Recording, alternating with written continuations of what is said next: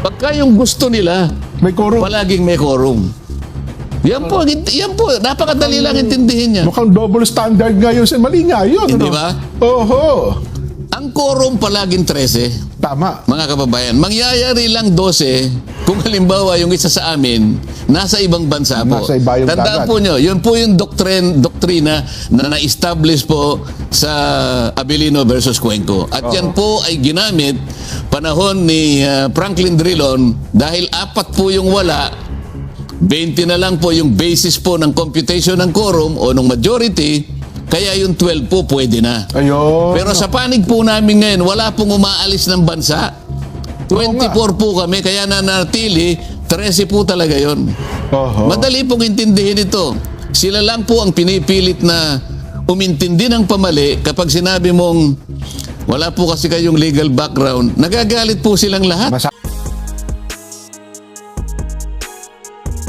Masaktan ng damdamin eh. Ad hominem daw yun, sir. Ito hindi na po legal background ang pinag-uusapan eh. Opo. Sabi nga ni Ping, it's the rules, stupid. Meron pang stupid. Oy, ang sasabihin ko lang sa kanya ngayon, hindi naman rules eh. It's arithmetic, stupid. Oho.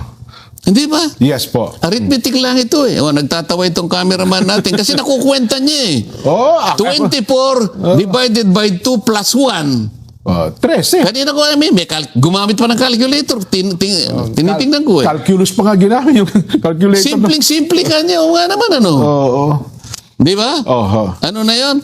24 divided by 2 Opo. plus 1 equals 13. oh, it's arithmetic. Stupid. Sen, kinuha ko yung ilang mga puntos nung mga nagsasabing tama yung ginawa nila. Gusto ko itanong ito sa inyo, yung mga para lang ho palutangin at palitawin yung kanina mga punto. Kasi ito po, Sen, hindi pang karaniwang tao ang mga naging Senate President sa kasaysayan ng kanilang buhay. Pero Sino?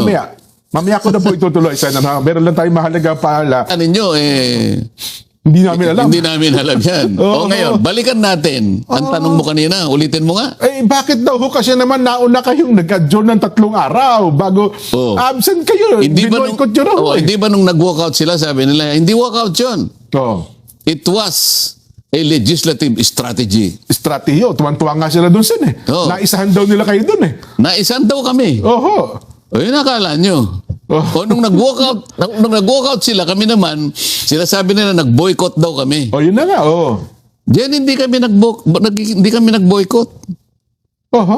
Bakit wala kami? Bakit nga po? Wala, 3 araw po eh. O ginamit lang namin ang nakasad sa Section 6, Article 6, Section 16, Paragraph 5 ng Saligang Batas. Oho. Ano po nakalagay, Sen? O, basahin natin. Sige po. Neither house during sessions of the Congress, Oho. Neither house, o, either Senate Or, or the House of Representatives, Opo. bawat isa sa inyo, sabi niya, Okay. Oho. shall, Okay. without consent of the other, adjourn for more than 3 days, Oho. nor any other place than that which the 2 houses should be sitting. Oh, itagalog mo. Oho.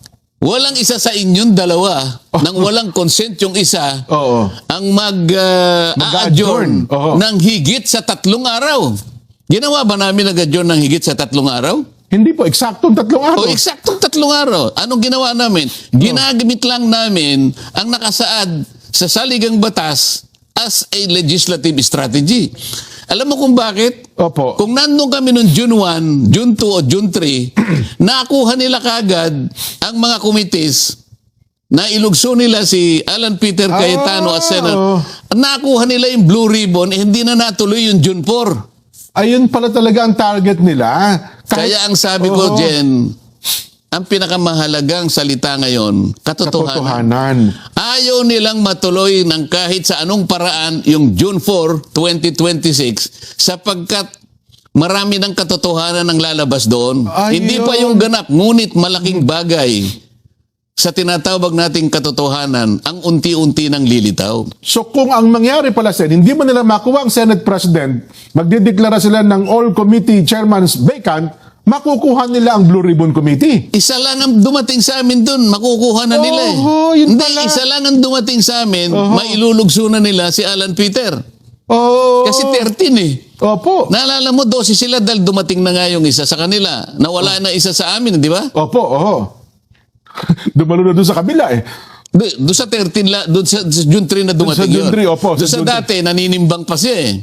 June 1, June 2. Ganun ba? Pero, Ganun ba? dahil alam na namin yon, kahit na hindi dumating si Senator Cheese, kahit ako lang ang dumating doon, dahil 12 sila, magiging 13, di ba? Oo nga po. Dahil ang kailangan natin, alalahanin mo, dinidiscuss natin, the magic word is 13. 13 na po. So, isa man lang sa amin ang dumating doon. Isa sa Ako, grupo ninyo. Si Sino Senador Bongo, Oho. si Senador Robin, lahat ng kasama ko, isa man lang ang dumating doon. Tapos kami. Ang pinaka-importante ron, yung Blue Ribbon Committee, makukuha nila, kagaya ng ginawa nila ngayon, na nagkunwa silang nakuha na nila kahit 12 lang sila. Kasi At bigla na siyang naglagay na siya na raw ang BRC chairman ngayon at siya raw ay gagawa na ng pagdinig sa Lunes. Ewan ko kung anong klaseng pagdinig ang gagawin ng isang illegal na chairman at illegal na pag-take over ng komite. Kasi kung magiging 13, magkakaroon ng quorum eh. Magkakaroon ng quorum. Tapos kung siyempre, kasi boboto sa kanila, mas marami, talo nga kayo kahit na meron lang isang... At meron pa akong naulinigan at palagay ko tama yon. Ginaganyak si Senate President Alan na kung gusto mo kanya yung i-open mo lang, yung nakaupo ka lang doon. Pagkatapos umalis ka na. Mag-open lang na session. Hindi pang 13 siya.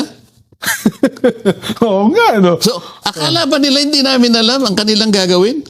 Oo nga, no? Kaya yung strategy na yon, na alam ko, yung sumulat sa saligang batas, nahulaan niya na noong June 3, 2026, maaari namin gamitin eh. Isipin mo yung saligang batas kung sino man ang may kagagawan nitong Article 6, Section 16, Paragraph 5, napursin niya na in 1987, nagagamitin namin na cover ito, constitutional cover, para lang yung katotohanan ay matuloy noong June 4. Parang propesiya pala.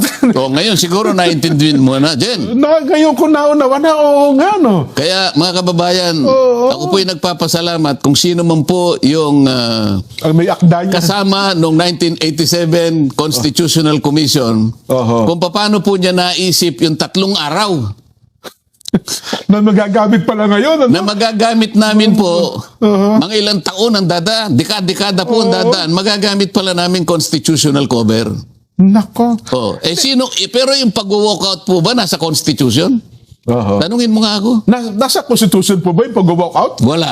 Wala ba? Humanap sila. Basahin na lang Constitution. Kung yung pag-walkout ay pinapayagan ng saligang batas. Yung 3 araw na hindi yung pagdalo. Na pinayagan. Ulitin ko po.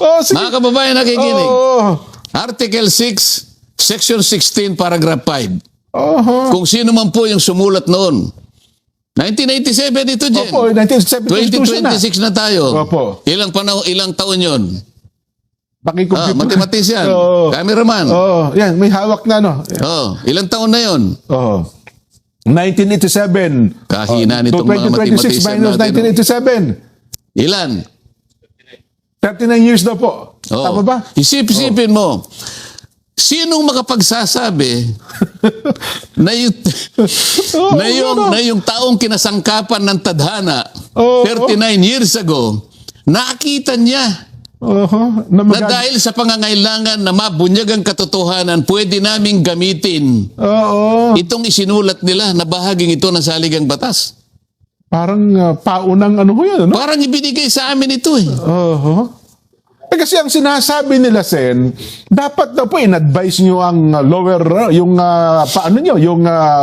chamber. Basta ang sinasabi ko sa iyo, meron kaming constitutional cover. Ang sinabi niya, bawal sino man sa inyong dalawa nang hindi kayo nagko-consent sa isa't isa na magpasya kayong mag-adjourn ng more than 3 days. 3 days lang ginawa. 3 days lang ang ginawa namin. June 1, June 2, June 3, 2026. Oo nga, no.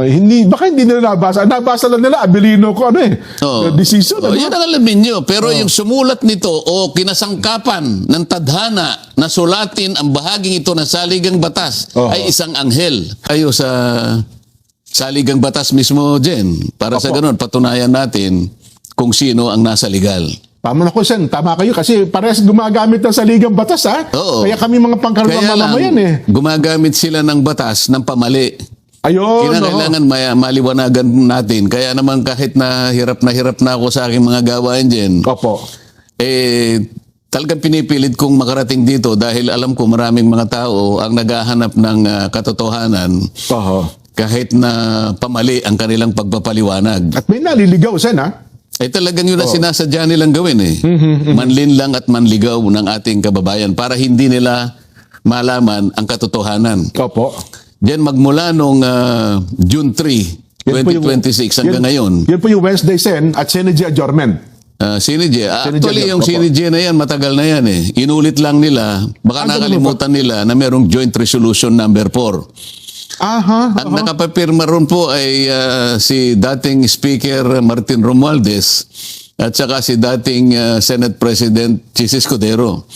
Okay, Joint Resolution number 4. Na sinasabi talaga yung June 6 hanggang July 26. Sinidya na yan. Okay. Inulit lang nila. Oho. Marami silang pagkakamali. Una ng pagkakamali, baka hindi nila nabasa ng tamang-tama Opo. yung saligang batas. Gusto ko magsimula doon dyan eh. Opo. Doon sa rule, saligang batas muna dyan para hindi tayo magkamali, ano? Opo. Sabi ng Article 6, Article 6, opo. Section 16, Paragraph 1 ng ating saligang batas. Basahin ko na sa English yan. Sige na po, sige na Madali po. namang makaunawa ang ating mga taga-subaybay. Magagaling lahat yan eh. The Senate shall elect its president and the House of Representatives its speaker by a majority vote of all its respective members. All of its respective members. Dalawang chambers kasi ang legislature dyan. Oho. Isang Senado Isang kamara. at isang Kamara, kung tawagin natin ay House of Representatives. Opo. So sabi niya, ang Senado, i-elect niya yung President at sa panig naman ng House of Representatives, yung Speaker. Isa lang mga standard by majority vote of all its members. Ayan, opo. Ngayon, ang Senado madaling kwentahin kasi 24 lang yan kahit 24. anong gawin mo eh. Ang House of Representatives, depende kasi kung ilan ang na-create na na distrito. Opo. So naglalaro yan sa between 300 to 310, ano? Yeah. Plus yung yung party list representative. Pero wag Opo. tayong mawawala. Pag-elect ng isang leader ng Senado at saka ng House of Representatives, ang palaging ginagamit ay yung majority of all members. Opo. Of Ngayon, all members. Binibigyan natin yung emphasis yun, no? Yung of all members. Actually yung iba binibigyan pa ng distinction yung of all members saka yung of all its members. Pareho naman yun eh. Okay. Doon sila gumagawa ng kung ano-anong kadahilanan para pilipitin ang nakasiulat na napakasimple. Opo. Okay? Majority vote of all its members. Okay. Dito respective kasi either House ka or Senate. So punta natin na Senado, 24 ang members. Walang pagtatalo ron. Yes po. Tama. So ang majority ng 24, ang pag-compute ng majority is 50% plus 1. Yes po. Sa mga tweed, ang kalahati ay 12 plus 1, 13. 13. Oho. Palagay ko doon ay hindi pagsisimulan ng debate yun eh. Kahit mali po, alam na alam din, malinaw na malinaw. Opo. Oho. Ngayon, puntahan natin naman yung rules ng ating Senado. Okay. Yung rules ng Senado ay kailangan natin puntahan para malaman natin kung consistent siya doon sa sinasabi ng saligang Masaligang batas. batas. Oho.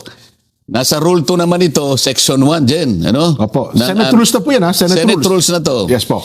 Rule 2, Section 1. Sabi niya, the Senate shall elect in the manner herein provided a president, Opo. a president pro tempore, Okay. a secretary, and a sergeant at arms. So yung apat na yung posisyon. These officers Okay. shall take their oath of office before entering into discharge of their duties. So, punta tayo ngayon sa Section 2. The officers of the Senate, binanggit ko na sa iyo kanina, yung Yes, apat, the Senate, the Senate President, pro tempore, Senate pro tempore, Secretary, Sergeant and at Arms. Sergeant at Arms. Sabi Opo. niya, the officers of the Senate shall be elected by the majority vote of all its members. Andun rin of all its members. So pareho rin, sabi niya, by the majority vote of all its members. Opo. O ede, paano ngayon yan? 24 ang senators. Oho. Sa makatwid, mapa sa ligang batas, mapa sa tuntunin ng Senado, nire-require na ang pag-i-elect ng mga opisyalis ng Senado, ito at the beginning, itong apat lang, ay sa pamamagitan ng majority of all its members. Ayun. Oho. Ngayon, na-compute na natin kanina, ang majority ay 13. Yes po. Kung sa Senado ang pag-uusapan, Senado. tama kayo. Ngayon, ang sinasabi nila ngayon, dahil 12 lang sila dyan 12 lang sila nung sila'y gumawa ng mga actions na nag-elect sila ng Senate pro tempore. Opo. Noong June 3 ho yan. Naganap. Opo. President pro tempore. Opo. Pagkatapos nag-elect sila ng acting Senate President. Oho. Nag-elect sila ng Sergeant at Arms at nag-elect sila ng Secretary. Ngayon, dahil 12 lang sila, nangangatwiran sila dyan at ginagamit nila yung isang jurisprudence. Ito ay yung Abilino versus Cuenco. Ayan. Right. Opo. Oho. Akalain mong itong jurisprudence na ito dyan, 1949 pa. So 1949, under 1935 Constitution po ito. Oo, 1949. Opo. Alam na alam ko dyan, 1-year-old ka pa lang nun. Medyo mo, naglalakad-lakad na po ako. Ginamit kasi doon Jen na ang quorum o yung nananatiling parang majority Opo. na magi-establish ng quorum 12 lang. Aha. Dahil nung panahon na Bagamat yun, noon pa yun, 24 din po, Senador. 24 pa rin. 24 din, oo. 24, 1949 hanggang ngayon, 24 pa rin. Opo. Kasi sa 1935 Constitution, 1973 Constitution, hanggang 1987 Constitution, nananatiling 24 ang 24 bilang po na ang senador senador. natin. Yes po. Ngayon, nung panahon nila, itong Abilino versus Cuenco, yung isa sa kanila ay nasa ibang bansa. Aha. Kaya, ang total na bilang na pagkukunan mo ng majority ay 23 lang. Opo. Sa mga tweed, sa 23, ang magiging quorum mo dyan ay ilan? 12. 12, pwede na. Opo, Kasi oo. 23 divided by 2, alam mo na, Opo. di ba? Oho. Sa mga tweed, tama lang dahil sinabi ng Korte Suprema na tama yung ginawa nila dahil yung isa sa kanila ay wala sa jurisdiction ng Pilipinas. Aha. Okay? Opo. Ngayon, hindi nila ngayon ginagamit nila ngayon yon. Oo. Sabi namin, mali yon. So bukod doon, may ginamit din sila na isang session na noon ay pinangunahan ni Senator Drilon.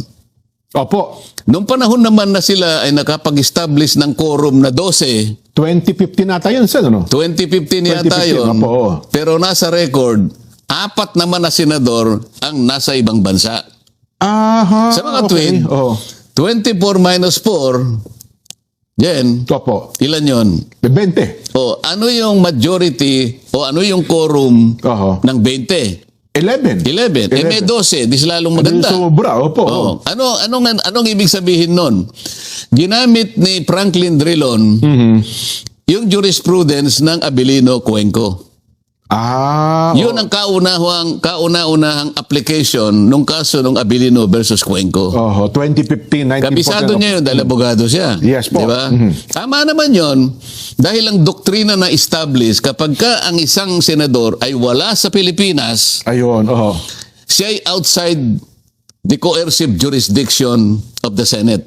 Ayun pala. Maalala mo, sa rules ng Senate Gen, para lang magkaroon ng quorum, pwedeng pa-aresto yung senador Oho. para lang magka-quorum. Opo. Kaya coercive yun Pag inaresto ka, coercive yun Coercive, yes. Oho. Halimbawa, kung talagang pinipilit mo lang na talaga na ayaw Magkaroon talaga ng quorum. mo dumaloy, nandun ka naman. Oho.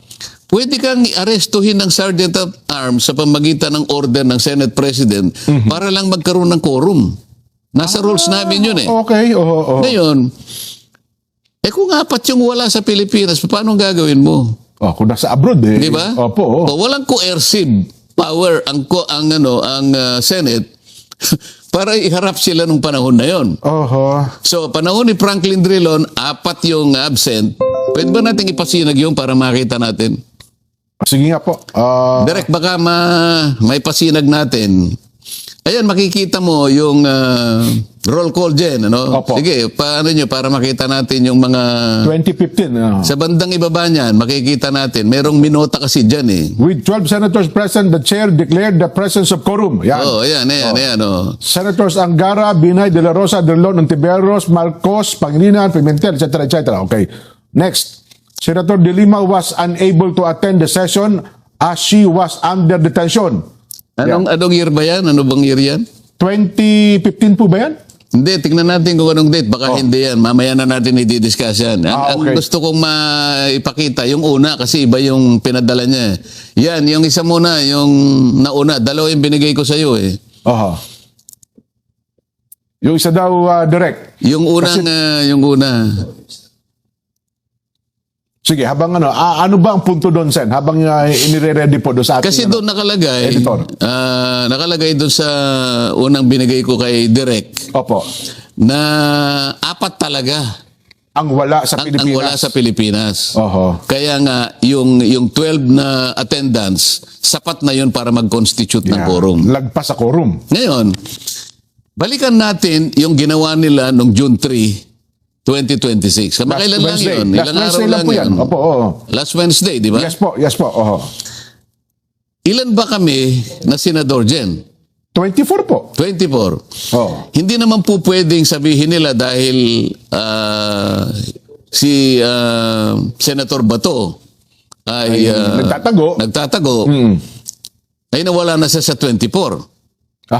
Senador pa rin po siya. Hindi rin naman totoo dahil sa nakakulong ngayon si Senator Jinggoy, Oo. bigla na lang siyang hindi senador. Senador pa rin po Sa siya. mga tuwid, yung bilang nananatili na 24. Yes po. Tama? Mhm. O ngayon, ano ngayon ang quorum ng 24? Eh di 13. 13. 13. Oo. Oo. Ang buong akala nila, nung sumama sa kanila si Senator Cheese, Opo. Na umattend doon sa session. Opo. dalawa ang bilang ni Senator Cheese.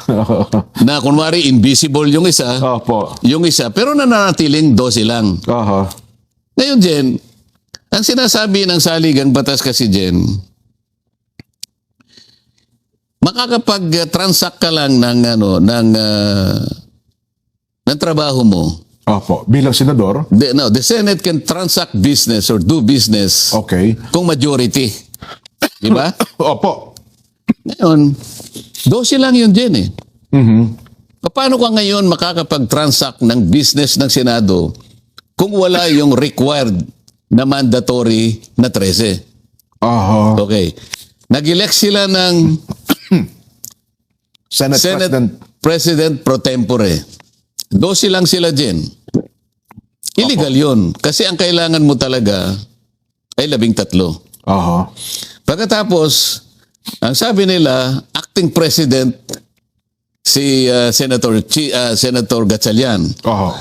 Paano mo ngayon i-legitimize yung magiging legitimize yung pagkakahirang niya na Senate President? Unang-una, para ikaw para mapalitan mong Senate President, valid yung ginawa niyong aksyon. Oho. Ibig sabihin, 13 sila. Opo. Pangalawa, paano mo naman papalitan si Senate President Alan Cayetano? Sa liwanag ng rules namin dyan, kailangan palitan mo yung yung nananatiling Senate President. Una, wala siyang physically, hindi siya makakagawa-ganap ng tungkulin. Oho. Una best talaga, wala. Diba? O kaya nag-resign siya. O kaya namatay siya. Ayan, incapacitated. O kaya talagang incapacitated na permanently. So magtatalaga ngayon ng acting Senate President. Opo. Sa makatwid, lahat ng ito ay wala eh. Oho. Paano mo papalitan ng Senate President? Una, illegal yung ginawa ninyo na pag-i-elect ng President pro tempore. Oho. Hindi mo rin pwedeng palitan si Senator Laurel Legarda na siya ang nahirang na Senate President pro tempore. Pro tempore. Dahil buhay pa naman siya. Yes po. Hindi sa AI. Hindi siya, Hindi sa AI. hindi sa AI. So, Oho. paano ngayon ito? Paano nila sasabihin ngayon na ang kanilang ginawang mga aksyon doon sa kanilang naked power grab ay batay sa tuntunin, Oho. batay sa Constitution? Mali po yun eh. Oho. Yun ang unang batayan kung bakit natin sinasabi lahat ng ginawa nilang aksyon, lahat ng ginawa nilang pagdidesisyon, kung ano man yun, walang basihan sa saligang batas, walang basihan sa Constitution. Oho. Ito pang isang dyan na kailangang malaman ng kababayan natin kung bakit yung 12 ay kailanman ay hindi magiging batayan ng legalidad o legitimacy ng kanilang ginawa. Opo. Halimbawa, noong May 26, 2026 Jen, yung mga members ng Bendalo, Okay. Oho. May 26 po ito. Oh. May 26, kaya tinawag ko na members ng Bendalo dahil palagi nilang binabaluktot ang mga batas eh. Oho. Ang saligang batas, kanina diniscuss natin, 13 kanya ang majority, 13 ang quorum. Opo. Tama? Sa tuntunin namin, 13 pa rin. Opo. Pati sa pag-i-elect ng mga opisyalis ng Senado. Pero noong May 26, 2026, yung mga miyembro ng Bendalo, nag-walk out. Yun yung walk out. Yes po. Oh. Nag-walk out sila. Noong panahon na yun dyan, natatandaan ko, 11 kami. Oho. Kasi si Senator Bato at saka si Chis Escudero, wala. Okay. Kaya Oho. 11 kami. Si Chis Escudero, alam mo na kung bakit wala doon sa session hall. Opo. Oho. Okay. Si Chis naman, absent, wala din. So dahil 13 kami, minus 2, ilan? Di 11. 11. Opo. O kami ang 11 noon. Sila naman, 11 din. Yung nag-walk out. Opo. Oo, 11. Ngayon, dahil pinopropose ko na i-amend namin yung aming Senate rules, Opo. magdadagdag ako ng isa pang paragraph sa Section 41 ng aming tuntunin din para sana mapayagan ang isang senador sa isang kailangan na pagkakataon na makapag-participate siya o makaboto sa aming mga pinag-uusapan kahit virtual o online sa Yes. pagitan ng teleconferencing o kaya ay video conferencing Yes po. Oho. o ilan mang akmang gamit para sa ganon ay makasama siya sa araw na yon, ano? Yes po. Mahigpit nilang tinututulan yon dahil ang buong akala nila yon ay para lamang kay Senator Bato o kaya kung sino pa yung susunod na makukulong. Kung sino man. Oho. Noon naman, hindi pa naman nakakulong si Senator Jinggoy. So Yes, inaakala nilang makukulong sa amin si Jinggoy, si Senator Joel. at saka si Senator Chis dahil pare-pareho na silang may kasong plunder eh. Yes po. Pati nga ako, pinlander dyan, di ba? Oho. Ngayon, Oh. mahigpit nilang tinututulan yun dyan dahil inaakala nila na magagamit namin kaagad yun. Sakali mang malagay kami sa ganung okay. kalagayan. Yun ang kanilang pananaw. So makikita mo doon, talagang hindi sila kakampi sa amin talaga. Gusto nga nilang makulong kami at hindi namin magamit yung idadagdag namin sa saligang batas sa aming tuntunin.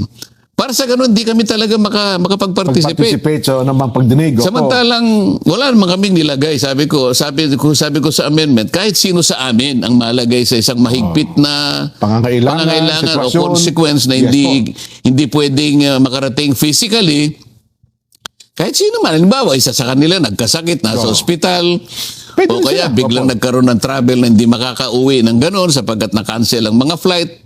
Sila naman makakagamit nung kaya lang ang nakikita nila kagad kami ang unang makakagamit nung mismong amyenda na ini-introduce ko. Yun nga sinabi ng isang senador. Kaya sa motion ni SP Alan, sabi niya, pwede ba nating pag-usapan ngayon? Doon nga kami nagtalo, hindi dito kanya gusto siya komite, sabi niya gano'n. Sa mga tid, mas mabuting kanyang mag-walk out na lang tayo kung hindi natin maayos ito. Nag-walk out nga yung 10. Merong natira sa kanila, di ba? Opo, yung kanilang minority leader. Oo. At kinwestiyon yung quorum. So 11 kami, plus si Senator Tito Soto, 12 kami. No, sabi niya, Warm body na nasa plenaryo ng time na yun. sabi Opo. niya, is there a quorum? Opo. Alam niya nang nawala na yung quorum dahil 12 na nga kami. Oho. Tama, Jen? Tama po. Oh. Ulitin natin kasi baka mamaya hindi masyadong naintindihan ng kababayan natin. 11 kami, 11 din sila. Opo. Kaya lang yung 10 nag-walk out. Nag-walk out. Isa na lang ang natira, so 12 na lang kami. Yes, tama kayo. Sa makatwid sa 12, walang quorum. Tama? Wala po, 50-50. Oh. Wala nga. Dapat ang quorum kasi 13. 13, Tandaan mo opo. dyan, ha? Baka pati ikaw nawawala. Kaya ako sinasabi ito, Opo. nung 12 na lang kami, sinong nag-question ng quorum? Si Senad Tito Sen, opo. Sabi niya, Minority leader. do we have a quorum? Wala na, dahil 12 nga eh. Oo nga, no, bakit naka-record yun. bakit nung ginawa nila na June 3, Oo. pinipilit nila na merong quorum? Oo nga, no. Oo nga. So, they questioned the same number of quorum, 12 din yun. pero ginamit nila noong June 3. Hindi pa naman malayo yung May 26 eh. Oo. Sa June 3. Tsaka tanda ko yun, Sen. Halos isang linggo pa lang. Opo, tama kayo. Oo.